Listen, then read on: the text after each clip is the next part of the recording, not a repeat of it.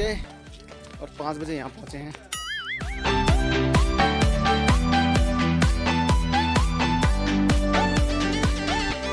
शाम के 5:30 बज गए और हम जा रहे हैं टिहरी लेक से टिहरी डैम की ओर। और ये क्या लिखा है यहाँ पे, रात 8 बजे से सुबह 6 बजे तक प्रवेश वर्जित। भाई साहब, ये डैम के लिए कौन सा रास्ता है?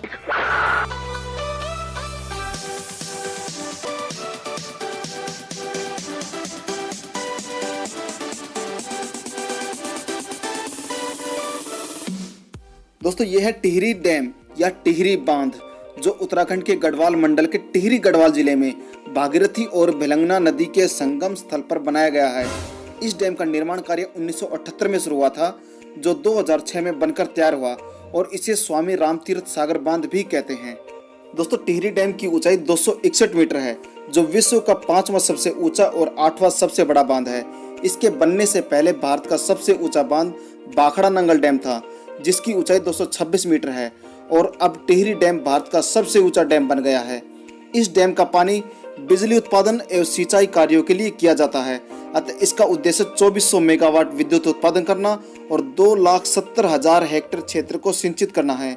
इस डैम के बनने के बाद यह क्षेत्र धीरे धीरे टूरिज्म स्पॉट के रूप में प्रसिद्ध एवं विकसित होता जा रहा है। इस डैम के निर्माण कार्य में सेंट्रल गवर्नमेंट का 75% और स्टेट गवर्नमेंट का 25% शेयर है। इस डैम के स्ट्रक्चर की बात करें तो टिहरी डैम की दीवार का बेस 1000 मीटर यानी 1 किलोमीटर चौड़ा है और इसके ऊपर 10 फीट चौड़ी सड़क बनाई गई है, जिससे डैम के एक सिरे से दूसरे सिरे तक जाया जा सके। इस पहाड़ी में बहुत सारी सुरंगें यानी टनल्स का नेटवर्क है, जिसमें 4 टरबाइन लगे हुए हैं जो इंटरनली ऑपरेट होते हैं। इन टरबाइंस का पानी वो आगे कहीं टनल्स के रास्ते से ही निकलता है। तो कुल मिलाकर ये पहाड़ी टिहरी डैम का ऑपरेटिंग बेस कैंप है।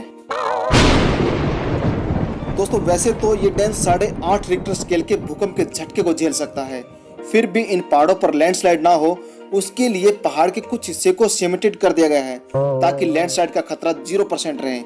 चलो, अब दिन ढल रहा है और हमें आगे भी बढ़ना है। चलते हैं फिर टिहरी डैम की दीवार के ऊपर से।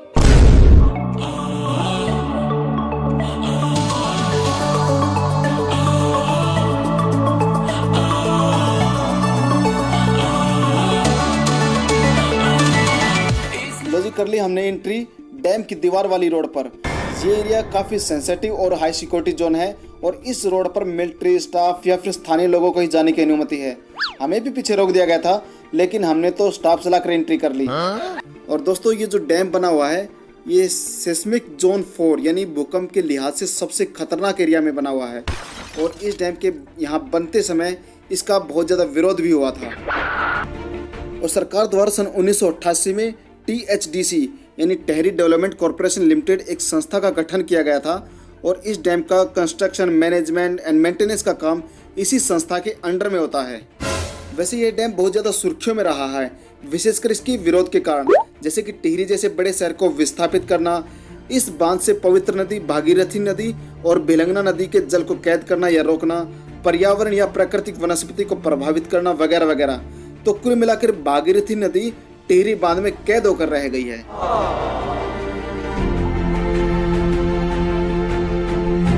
नदी के साथ साथ ही देवप्रयाग तक जाना पड़ेगा।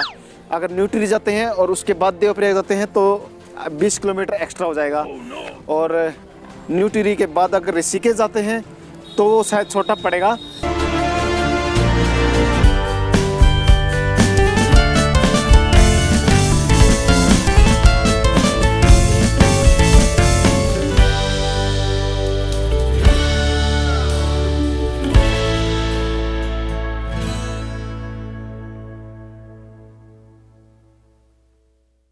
के गोमुख पर्वत से निकलकर उत्तराकाशी टिहरी होते हुए देवप्रयाग में अलकनंदा नदी के साथ संगम करके गंगा नदी का निर्माण करती हैं।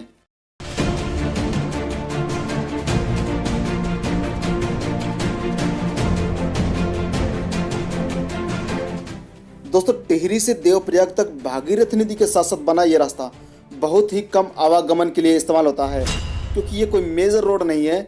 ये एक स्थानीय मार्ग है जो नदी घाटी यानी रिवर वैली के साथ साथ बनाया गया है। और अब हम पहुंचने वाले हैं कोटेश्वर डैम। कोटेश्वर टिहरी से अब देवप्रयाग जा रहे हैं और रास्ता काफी बढ़िया मिल रहा है हमें। पैरेलल रास्ता है, ना कोई ज्यादा चढ़ाई है, ना उतराई है और ना जिगजैग है। भागीरथी नदी के साथ साथ ये रास्ता बना हुआ है और उसी नदी पर ये एक और दूसरा बांध है, कोटेश्वर बांध। और ये एक परियोजना है, हाइड्रो इलेक्ट्रिक पावर बन रही है यहाँ पे। और इस रिवर को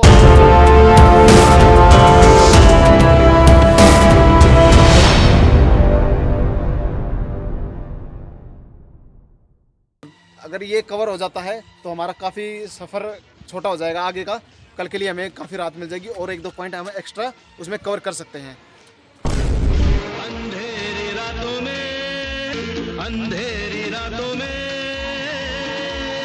सुनसान राहों पर। तो आगे चाका का से आगे बाग है, बाग है। अरे भाई साहब एक्सपीरियंस लेते चलो यार।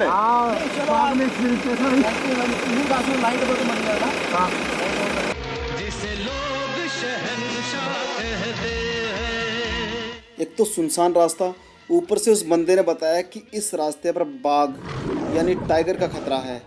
सो बी केयरफुल एंड अलर्ट। क्या नाम भाई साहब इस जगह का? चाका है? चाका चाका। और अगला गांव कौन सा पड़ेगा? ये नौकर पड़ेगा इधर बीच में, हल्का मार्केट है। अच्छा। 10 पड़ेगा, थोड़ा 80 मार्केट पड़ेगा। अच्छा, हल्का सा ही। 10 किलोमीटर जहाँ गाड़ी आ रही है ना सामने, उसके आगे पकड़ दो सामने। तो बड़ा एरिया तो सिर्फ देवप्रयाग ही मिलेगा हाँ, बड़े ही रेट पे और वहीं स्टे मिल सकता है सब कुछ रूम राम ही मिलेगा। यहाँ। और ये जो बाघ का खतरा बता रहे हैं, टाइगर का पीछे खतरा है। अच्छा, हाँ, आगे नहीं। तो कोई इंसिडेंट हुआ है ऐसा कि किसने झपट्टा अभी तक सुनने में नहीं आया। इंसान पे नहीं किया, जानवरों पे करता है? जानवरों को वैसे छेड़ता नहीं है, दिखाई देता है, छेड़ता नहीं, अटैक नहीं करता। अच्छा, थैंक यू भाई साहब। आपका नाम? सुशील गरोड़ा। सुशील गरोड़ा, हाँ। गैरोडा। Thank you. अंधेरी रातों में सुनसान राहों पर।